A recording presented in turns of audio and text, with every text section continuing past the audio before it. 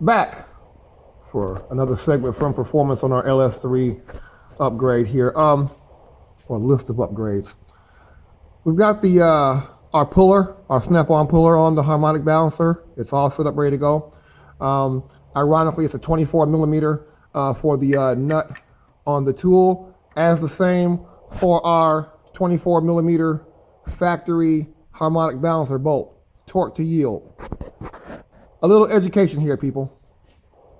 If you're doing a street car, don't buy an ARP bolt. Don't buy an aftermarket bolt that's super hardened, because they're made to be checked consistently. This massive bolt has 245 foot-pounds for it to seat. Okay, and when using ARP bolt, they're so much harder because as they don't yield like this torque to yield bolt does, that it has a tendency to want to back off. The ARP does. Not that it's a bad bolt, it's a great bolt. It's the best bolt, but it's the best for people that like to check their vehicles over once in a while.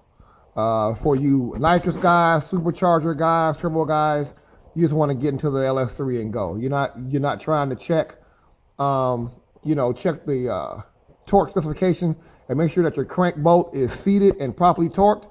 Then go back and get the GM spring bolt. I call it the spring bolt. It's much more forgiving. You torque this puppy down to 245, and you can leave it normally. Of course, you want to add your little Loctite, which you should come from the factory. If you really, you can add a little bit more on the threads. And torque this down to 245, and it won't come out. ARP, much hardened bolt, not a torque to yield bolt. As you know, this bolt is not reusable. I'm throwing this in the garbage. Matter of fact, you know what?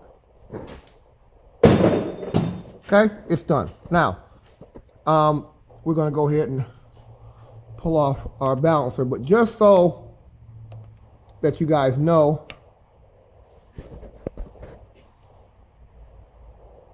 what we have going on here, and we're going to go ahead and twist, give it some good twist, and as you'll see, the balancer will come off right in your hand. Oh, you feel that? I heard it. Here it comes. Do not use an impact on this. The thrust bearing for the LS motors are from the factory, cheesy at best. Don't hammer on them. Don't beat them on to take them on and off. Press them on, press them off. That's how harmonic balancers is actually removed and replaced. For those guys that like to use the impact, well, you've got more money than brains. And not taking a shot at anybody, but I just rather, this is much less intrusive. I'm not worried about the rotating assemblies, bearings or whatnot, or you're taking a hammer and beating on the snout of a crank or whatnot, and that's cool when you first build a motor, just to tonk the thrust bearing and set the bearing. But as far as beating on it after it's assembled, it doesn't work for me here.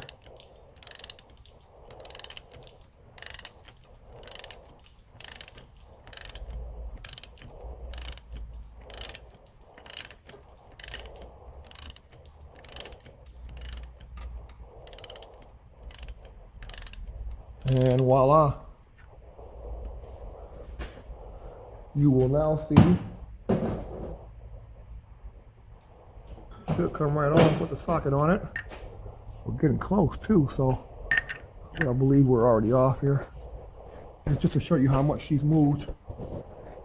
Put my finger way in the back there, see?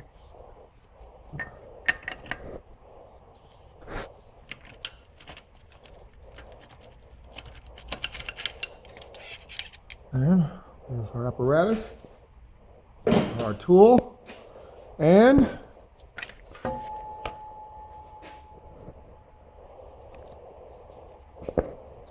there you have it.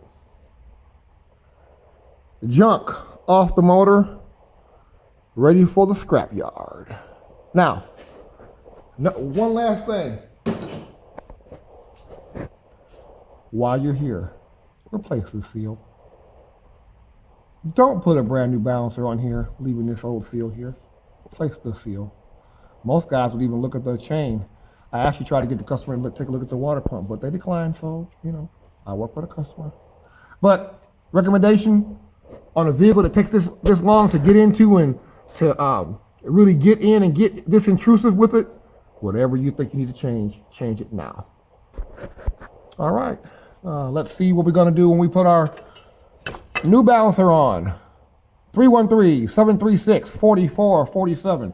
Is your car up to par? This one will be.